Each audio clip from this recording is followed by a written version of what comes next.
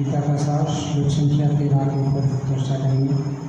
देहिना अस्मिन् यथा देहे कौमारं यौवनं जरा तथा देहांतर प्राप्ति धीर तत्र न मुह्यन्ति। देहिनोऽस्मिन् यथा देहे कौमारं यौवनं जरा तथा देहान्तरप्राप्ति धीरस्तत्र मुह्यते। देहिनोऽस्मिन् यथा देहे कौमारं यौवनं जरा तथा देहान्तरप्राप्ति धीरस्तत्र मुह्यते। देहिनोऽस्मिन् यथा देहे कौमारं यौवनं जरा तथा देहान्तरप्राप्ति धीरस्तत्र मुह्यते। देहिनोऽस्मिन् यथा देहे कौमारं यौवनं जरा तथा देहान्तरप्राप्ते धीरस्तत्र न मुह्यते।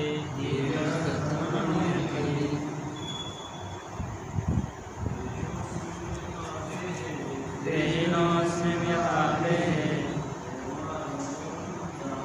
कौमारं यौवनं जरा तथा देहान्तरप्राप्ते धीरस्तत्र न मुह्यते।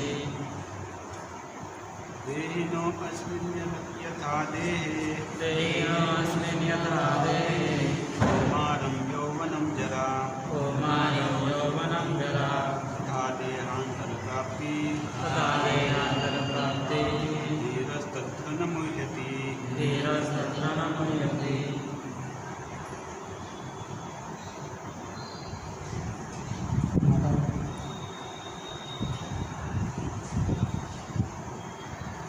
देहिना शरीरधारी के अस्मिन् इसमें यथा जिस प्रकार देहे शरीर में कौमारं बाल्यावस्था यौवनं यौवन तारुण्य जरा वृद्धावस्था तथा उसी प्रकार देहांतर शरीर के स्थानांतर की प्राप्ति उपलब्धि धीर व्यक्ति तत्र उस विषय में न कभी नहीं मुह्यन्ति मोह को प्राप्त होता है। अनुवाद और तात्पर्य विशेष इंग्लिश भक्तिवेदांत स्वामी श्री द्वारा। जिस प्रकार शरीरधारी आत्मा इस वर्तमान शरीर में बाल्यावस्था से तरुण अवस्था में और फिर वृद्धावस्था में निरंतर अग्रसर होता रहता है, उसी प्रकार मृत्यु होने पर आत्मा दूसरे शरीर में चला जाता है। धीर व्यक्ति ऐसे परिवर्तन से मोह को प्राप्त नहीं होता। तात्पर्य प्रत्येक जीव एक व्यष्टि आत्मा है वह प्रतिक्षण अपना शरीर बदलता रहता है, कभी बालक के रूप में, कभी युवा तथा कभी वृद्ध पुरुष के रूप में, तो भी आत्मा वही रहता है, उसमें कोई परिवर्तन नहीं होता। यह वृष्टि आत्मा मृत्यु होने पर अंततः एक शरीर बदलकर दूसरे शरीर में देहांत कर जाता है, और चूँकि अगले जन्म में इसको शरीर मिलना अवश्यंभावी है, चाहे वह शरीर आध्यात्मिक हो या भौतिक। तब अर्जुन के लिए न तो भीष्म नहीं द्रोण के लिए शोक करने का कोई कारण था, अभी तो उसे प्रसन्न होना चाहिए कि वे अपने पुराने शरीरों को बदलकर नए शरीर ग्रहण करेंगे और इस तरह वे नई शक्ति प्राप्त करेंगे। ऐसे शरीर परिवर्तन से जीवन में किए कर्म के अनुसार नाना प्रकार के सुखोपभोग या कष्टों का लेखा जोखा होता है। क्योंकि भीष्म व द्रोण साधु पुरुष थे, इसलिए अगले जन्म में उन्हें आध्यात्मिक शरीर प्राप्त होंगे, नहीं तो कम से कम उन्हें इस वर्ग में भोग करने की अनुरूप शरीर तो प्राप्त होंगे ही। तो दोनों ही दशा में शोक का कोई कारण नहीं था।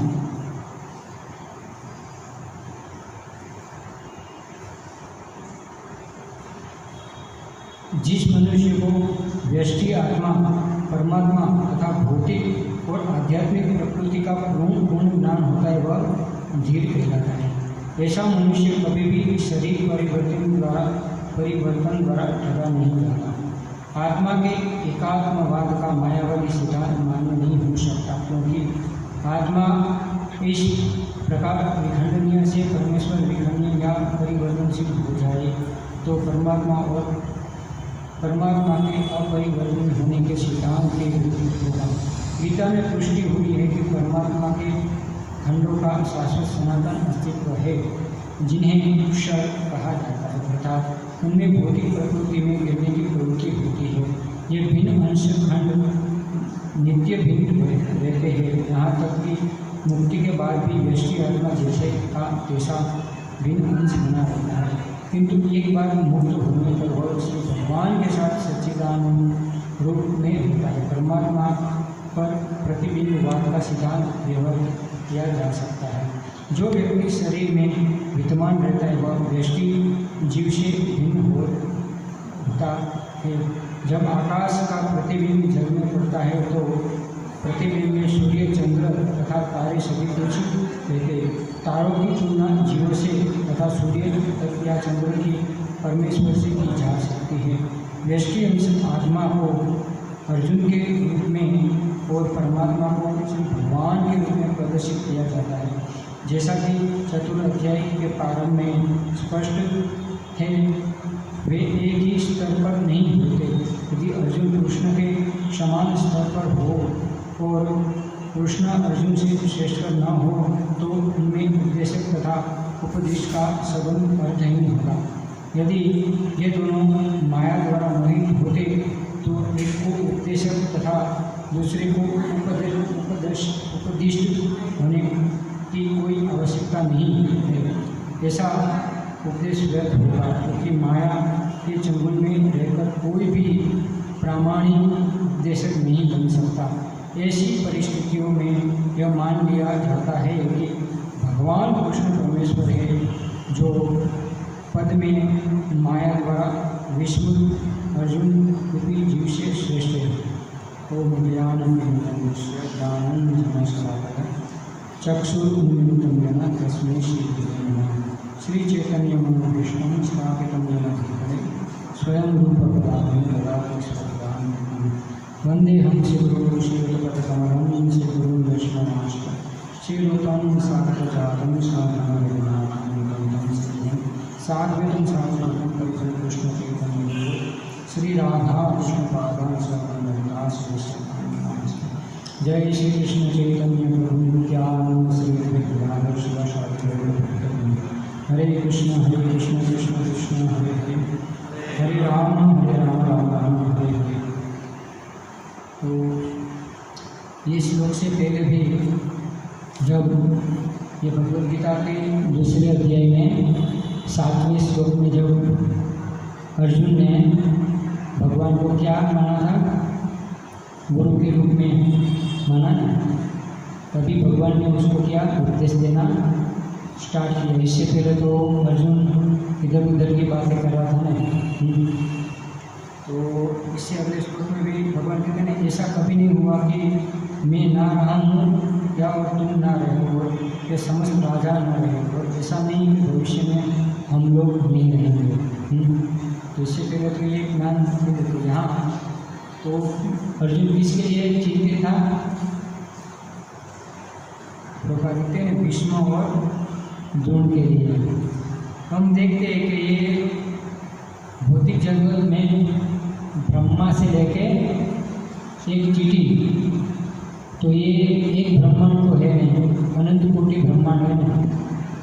तो उसमें जैसे ये भौतिक जगत में ब्रह्मांड में ब्रह्मा जी है, वो कितने मुख वाले हैं, 4 मुख के। तो ऐसे तो अनगिनत ब्रह्मांड है, उसमें ब्रह्मा जी 8 मुख वाले भी है, 16 मुख वाले भी है, 32 और इससे भी ज़्यादा भी है। तो हर एक ब्रह्मांड में ये क्या है, परिवर्तन होता रहता है। तो ये आगे भौतिक जगत की ये जो रचना भगवान ने की ही ऐसी। एक तो ये क्या है भौतिक जगत, जैसे आध्यात्मिक जगत है, उसमें कोई परिवर्तन जीव का नहीं होता। वो क्या होता है, सच चित और आनंदमय रहता है। और भौतिक जगत में क्या है, बारंबार ये क्या होता है, परिवर्तनशील है ना, भूतिया लगी रहती है। तो ये भौतिक जगत की भगवान ने रचना ही ऐसी की है। एक तो भौतिक जगत भी परिवर्तनशील है, तो यहाँ के जो जितने जीव हैं, मैं बोला ना ब्रह्मा से लेके एक चीटी, तो जैसे ब्रह्मा जी का भी 100 साल है, तो उसका भी क्या है, परिवर्तन होता है। जैसे यहाँ भौतिक जगत में अभी कोई जीव, उसका भी कितना 100 साल है, तो कोई 50 साल जीता है, कोई 70-80। तो हम देखें तो बचपन से हम देखते हैं कि हमारी जो फोटो होती है, तो पहले बचपन की क्या है, फिर जवानी, लेकिन अब उसमें जो एक परिवर्तन नहीं होता है वो क्या है, आत्मा क्या है, एसिडिस रहता है, शरीर परिवर्तन रहता है। तो जैसे कि लोग उदाहरण देते हैं कि जो मकान मालिक होता है बराबर, तो उसमें कोई किराए पे रहता है, तो वो किराए पे कितने दिन रहेगा, उसकी भी लिमिट होती है ना। अगर मकान मालिक निकालना चाहे तो 1 या 2 साल, 5 साल, 10 साल बाद में, ताकि उसकी मालिकी की वो जगह नहीं। तो ये जो शरीर है पंचमहाभूत का, वो भी इसका मालिक कौन है, क्या हम हैं, हमने बनाया है ये पृथ्वी जल अग्नि वायु आकाश, हम तो उसके मालिक नहीं हैं। तो देखो ये भौतिक जगत में भगवान ने ये जीव के लिए कितना 84 लाख शिवनी बनाई है ना, इतने घर रखे हैं ना, हम हर एक घर में घूम के आए हैं। ये जीवन में कोई 84 लाख अपार्टमेंट बदल सकता है? बदल सकता है? कम से कम हमारी 100 साल की आयुष्य है, तो उसमें हम कितने घर चेंज होंगे। अभी देखते तो सिर्फ एक घर बनाने में भी पूरी जिंदगी चली जाती है ना। उसमें भी हम क्या करते हैं, गर्व करते हैं कि मेरा खुद का घर हो जाए।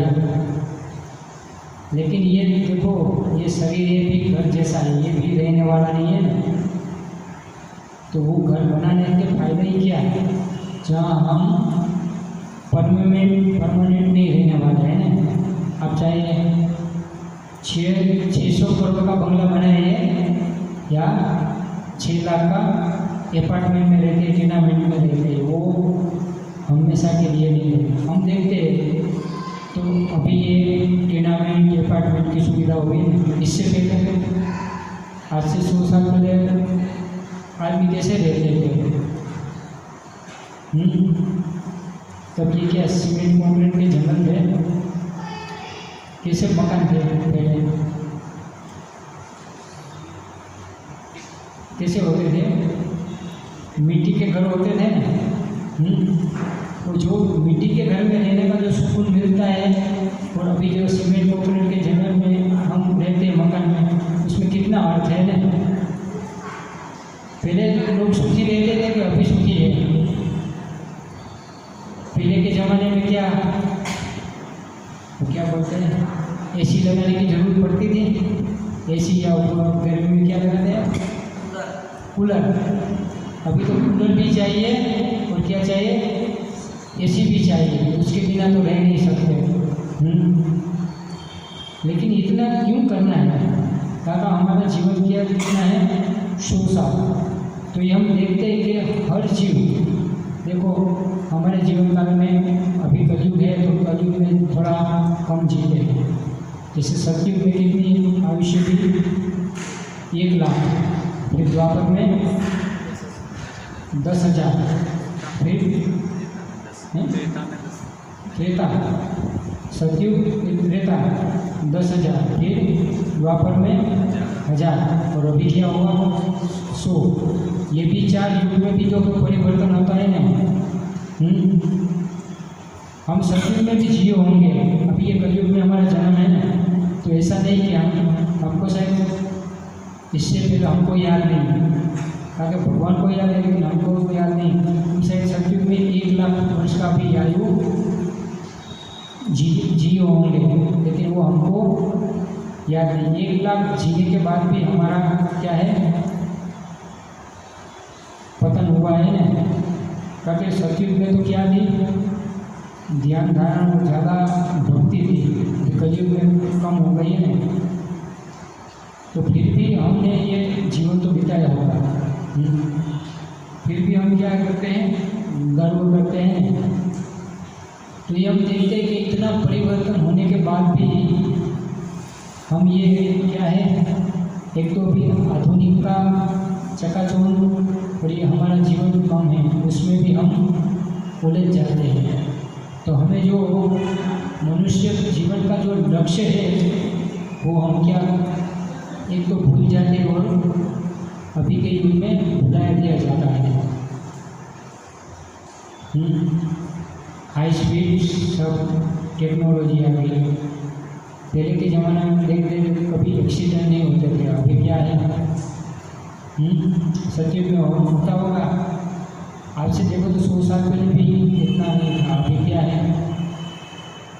सभी को स्पीड में जाना है, लेकिन कहाँ जाना है पता नहीं।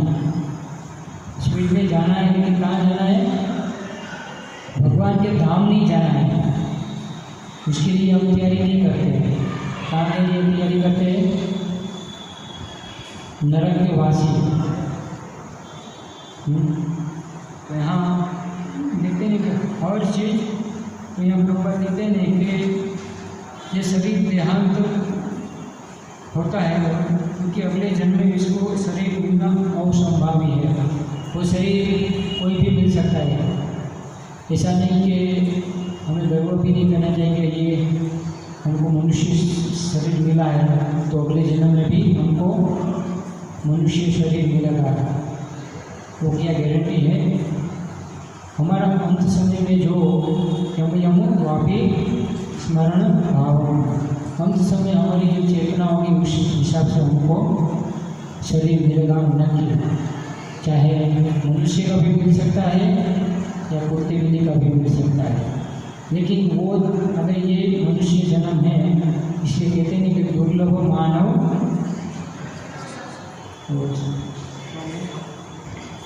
दुर्लभ मानव जन्म पाया। राधा कृष्ण ना बोलिया जानिए सुनिया कृष्ण, क्योंकि जो मनुष्य जन्म हमें एक बार मिला है तो उसका उपयोग क्या करना चाहिए? हमें ये भगवत धाम जाने की तैयारी करने के लिए करना चाहिए।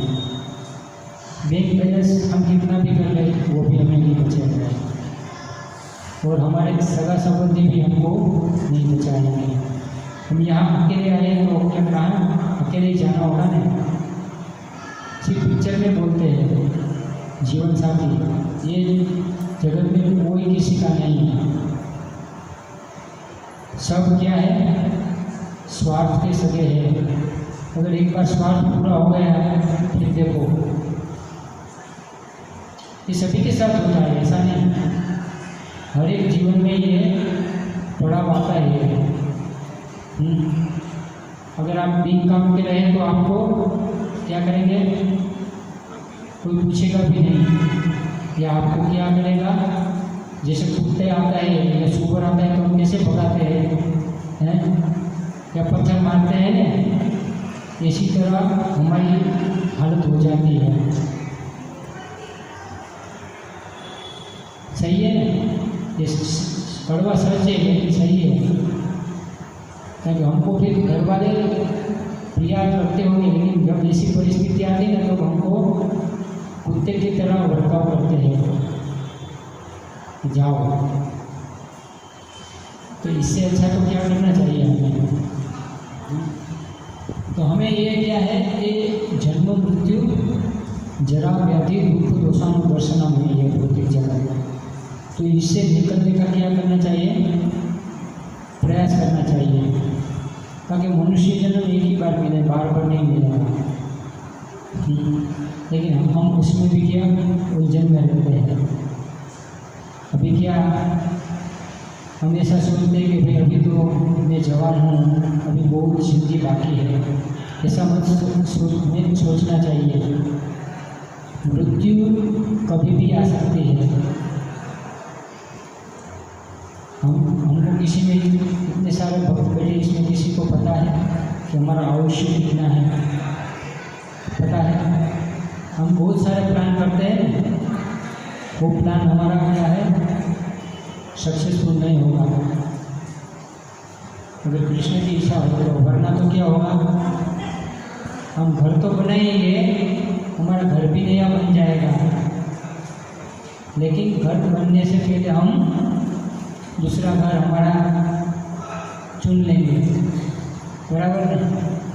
या वही नया घर में हम शायद कॉकरोच बन के भी आ सकते हैं, बिल्ली बन के भी आ सकते हैं, अगर हमारी इतनी आसक्ति बढ़ी तो। पर ये आसक्ति रखना ही क्यों है उनके कारण, इससे क्या हमारा जो नित्य घर है, बैक टू गॉड है, भगवत धाम जाना चाहिए, जहाँ से हमें वापस यहाँ नहीं आना है, तो उसके लिए प्रयास करना चाहिए। वरना कितने घर चेंज करेंगे हम। ये घर तो बना लिया है, लेकिन वो परमानेंट नहीं है। इसमें और पीछे रहने वाले भी, चलो हम भी चले जाएंगे, हमने घर वालों के लिए बनाया है, तो घर वाले भी क्या परमानेंट रहेंगे। हम चलो 65 साल में चले गए, बाकी हमारी बहू पत्नी होगी, बच्चे होंगे, वो भी क्या हमेशा के लिए रहेंगे ये घर में, नहीं रहने वाले हैं। तो क्या करना चाहिए हमें, जो हमारा दिए घर है वहाँ जाने का प्रयास करना चाहिए। यहाँ पूरा के प्रवक्त कहते नहीं कि अगर अर्जुन के लिए तो न तो भीष्म नहीं द्रोण के लिए शोक करने का कोई कारण था, अपितु तो उसे प्रसन्न होना चाहिए कि वो अपने पुराने शरीर को बदल कर नए शरीर ग्रहण करेंगे और इस तरह नई शक्ति प्राप्त करेंगे। ऐसे शरीर परिवर्तन से जीवन में किए गए कर्म के अनुसार नाना प्रकार के सुखों का भोग या कष्टों का लेखा जोखा होता है। यानी ये जो हमारा शरीर में ये जो कर्म करते हैं उस हिसाब से क्या है उसका लेखा जोखा होगा। ये शरीर तो चलो अभी मनुष्य शरीर है, लेकिन इसमें हमने क्या है, कर्म के बिना तो हम रह नहीं सकते। कर्म तो करते अच्छा भी बुरा, तो उसका क्या होगा, लेखा जोखा होगा ना। तो ये यहाँ आगे लिखते हैं ना, तो चूँकि भीष्म और साधु पुरुष थे, इसलिए अगले जन्म में आध्यात्मिक शरीर प्राप्त होगा, नहीं तो कम से कम उन्हें स्वर्ग में भोग करने के अनुरूप शरीर प्राप्त तो हो गए, क्योंकि दोनों ही दशा में शोक का कोई कारण नहीं था। ये भगवान अर्जुन को कहेंगे। लेकिन हमारी तो वो दशा नहीं है ना, हमारा स्तर क्या है?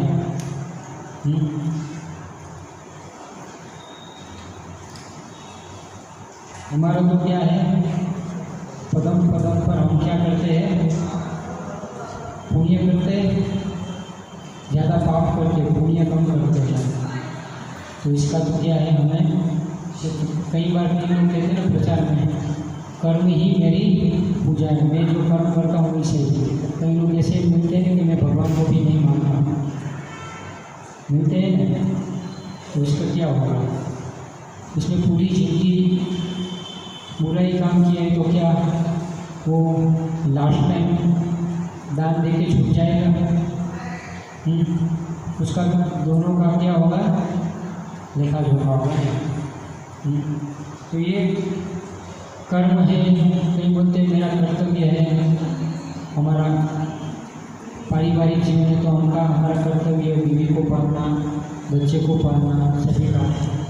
लेकिन ये मनुष्य जीवन में जो हमें मिला है, तो हमारा सबसे उत्तम कर्तव्य एक ही रहता है, क्या है?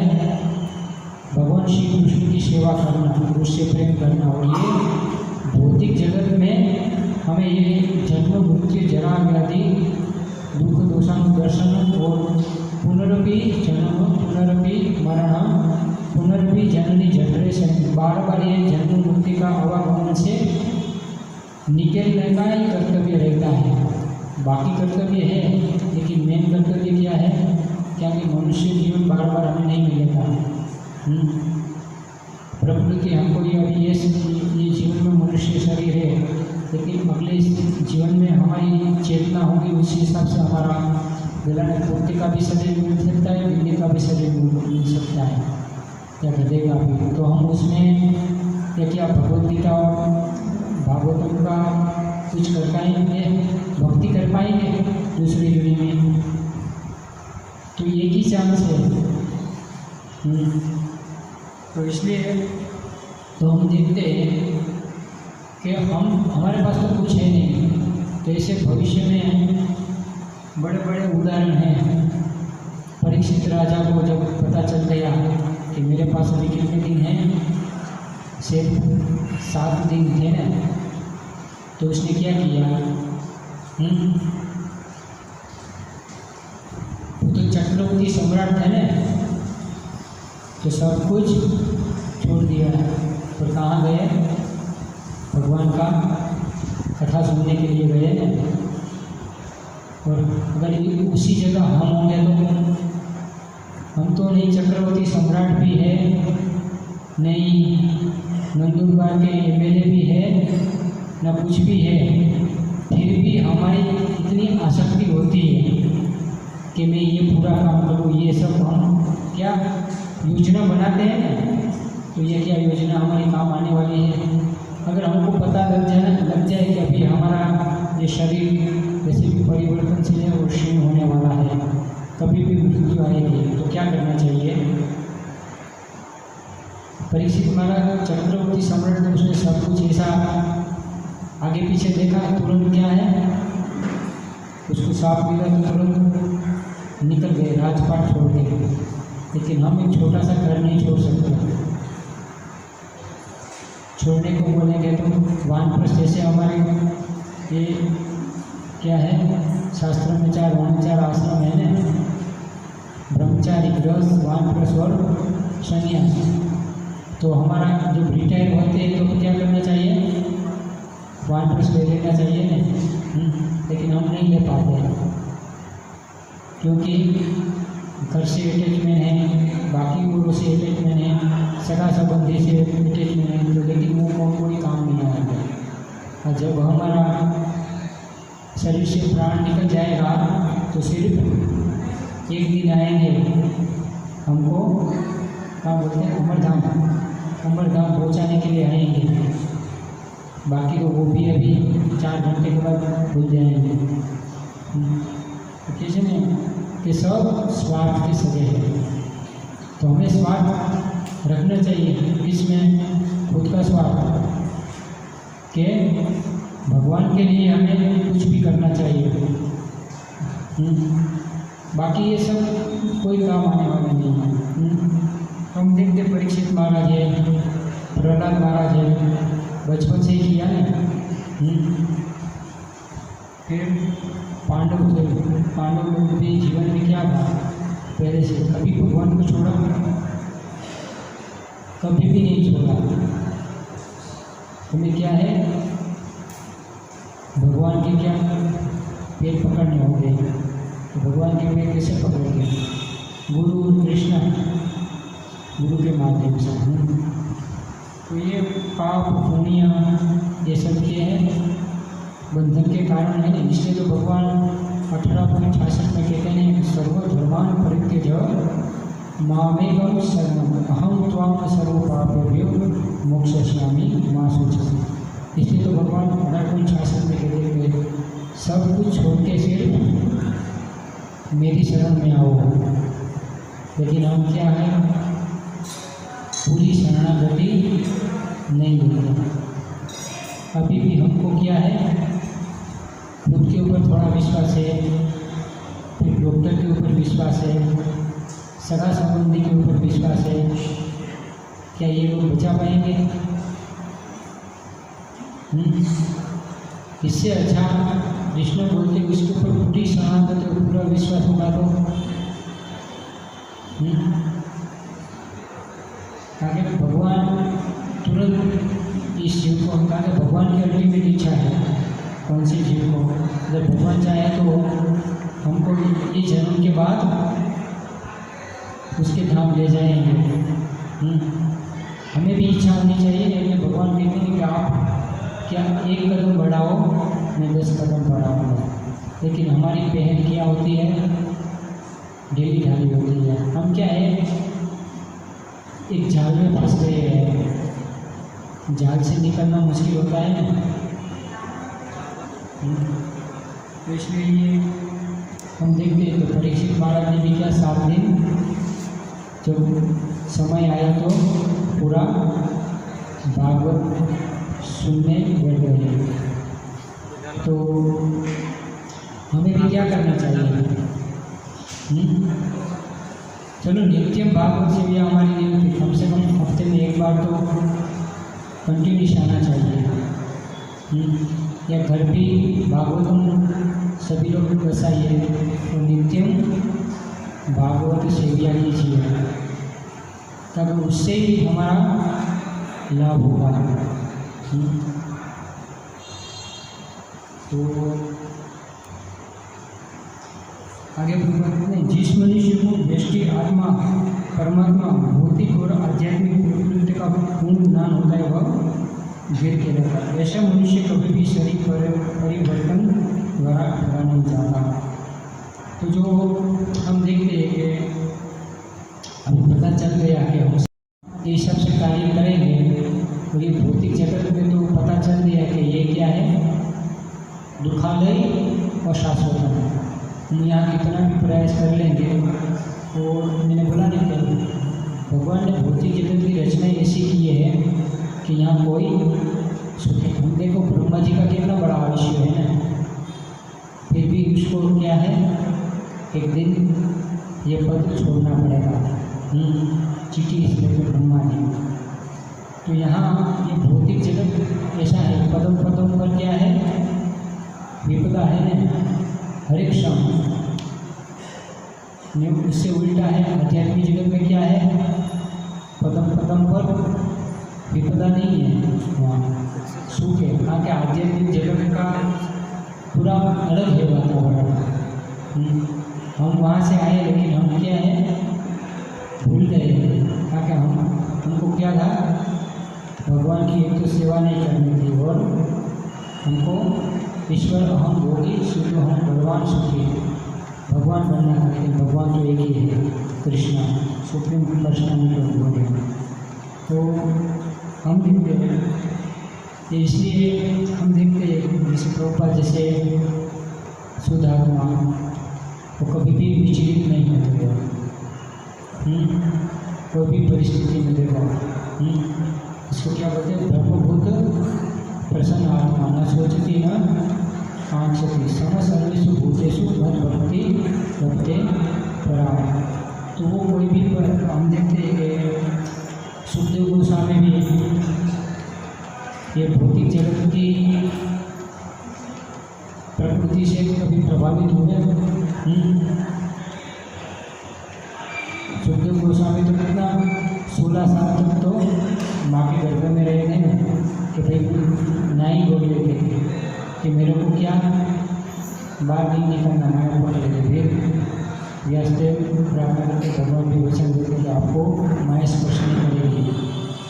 तब क्या है, सीधे सुखदेव गोस्वामी निकले और सीधे कहाँ चले गए, जंगल की ओर। तो हमारी तो ऐसी आदत नहीं है। हमें तो क्या है, करोड़ों नहीं खरबों जन्म से माया के द्वारा हम वशीभूत हैं। अभी भी चलो कृष्ण भावना मत अपना है, लेकिन फिर भी माया के हम कृष्णदास अभी भी 100% नहीं बने हैं। अभी थोड़ी माया के दास है, थोड़े कृष्ण के दास, तो दोनों नहीं चलेगा। चलेगा। माया तो हमको क्या है, भगवान का क्या कराती है, हमेशा विस्मरण कराती है ना। इसलिए माया का दास नहीं बनना चाहिए। इसलिए कहते हैं ना, माया के दास होते हैं वो हमेशा क्या होते हैं, उदासीन रहते हैं। और कृष्ण के दास सदा बिंदास रहते हैं। बोला ना, ब्रह्मबुद्धि प्रसन्न आत्मा रहता है। उसको पता है कि जीवन है वो क्षणिक है, और ये जीवन में सुख दुख है वो क्या है, धूप और छाँव के समान है, आते और जाते हैं। तो उससे वो कभी भी विचलित नहीं होता है ना। अगर भक्त के पास शायद 100 करोड़ भी आ जाए तो भी क्या वो विचलित होएगा, वो चला जाए तो भी। तो हम देखते हैं महाभारत में पांडवों के उदाहरण, उसके बाद सब कुछ था वो वापस चला गया, फिर भी विचलित हुए थे।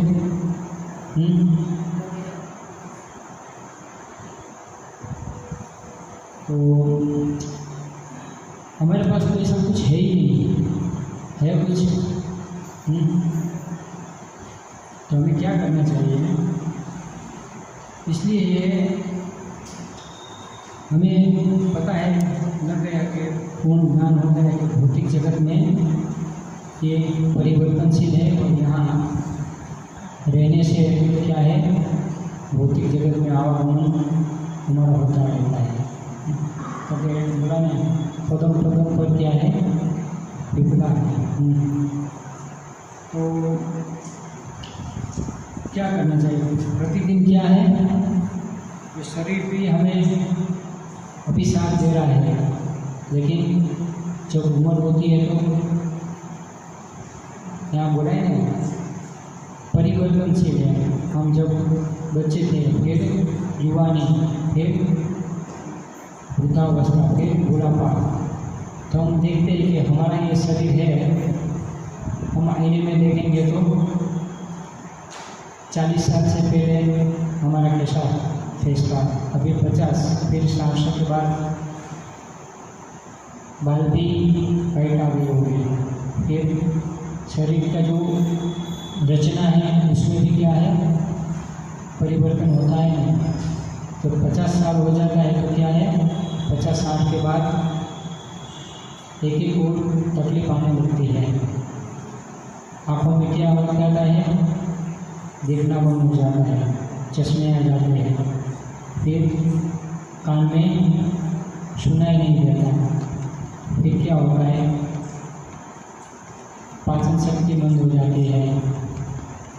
फिर ये जो दांत है वो भी चले जाते हैं। तो ये क्या है, हर्षण वाले वो क्या इंडिकेशन दिखा रहा है कि अभी हमारा समय नज़दीक आ गया है, कभी भी ये शरीर से प्राण निकल जाएंगे। तो ये इतने परिवर्तन आते हैं। तो अभी तो क्या वाइट, अभी तो जवानी में भी किसी किसी को प्रकृति के लिए वाइट पड़ा है। पहले तो क्या 50 साल 60 साल होता था तो क्या है, अगर एक भी सफ़ेद बात दिखता था तो वो क्या उसको इंडिकेशन पता चल जाएगा। तो अभी हमारे उम्र जाने वाली है, अभी कभी भी जाने वाला है, तो उसकी तैयारी करना होता है ना। और पहले के सब रिटायर्ड होते थे और सब कुछ घर का भी काम काज क्या है बच्चे को देके भगवान की ओर मुड़ते थे ना। जैसे गीता पढ़ेंगे, रामायण महाभारत, तो भगवान में मन लगाते थे। तो भगवान में मन लगाएंगे तो क्या होगा, हमारा अगला जीवन क्या होगा,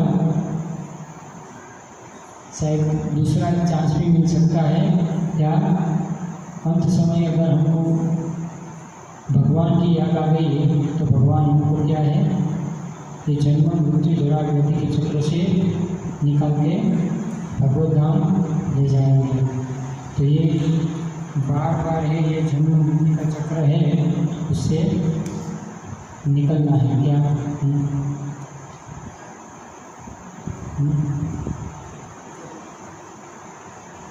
और यहाँ लास्ट में भी खबर लिखते हैं,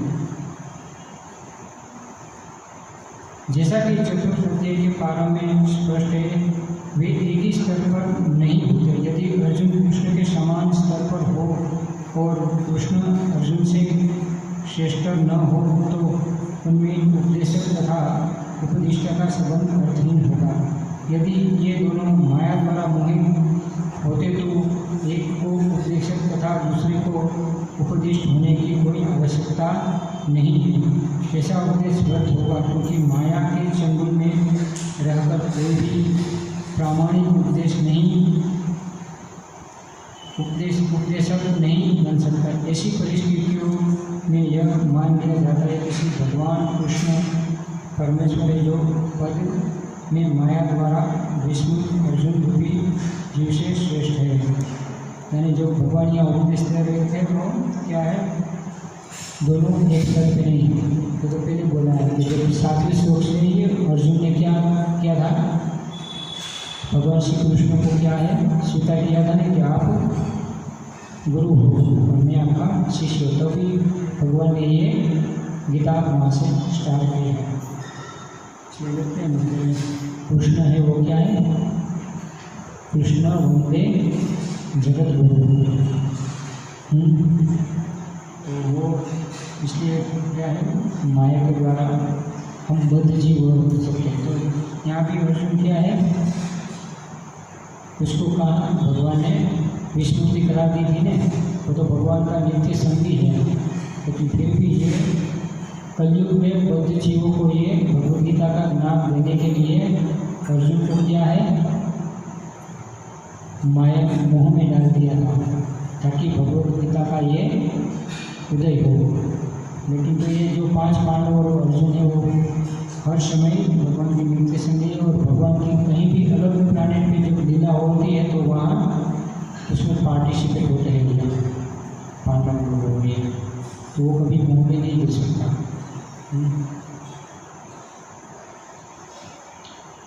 ओके, हरे कृष्ण।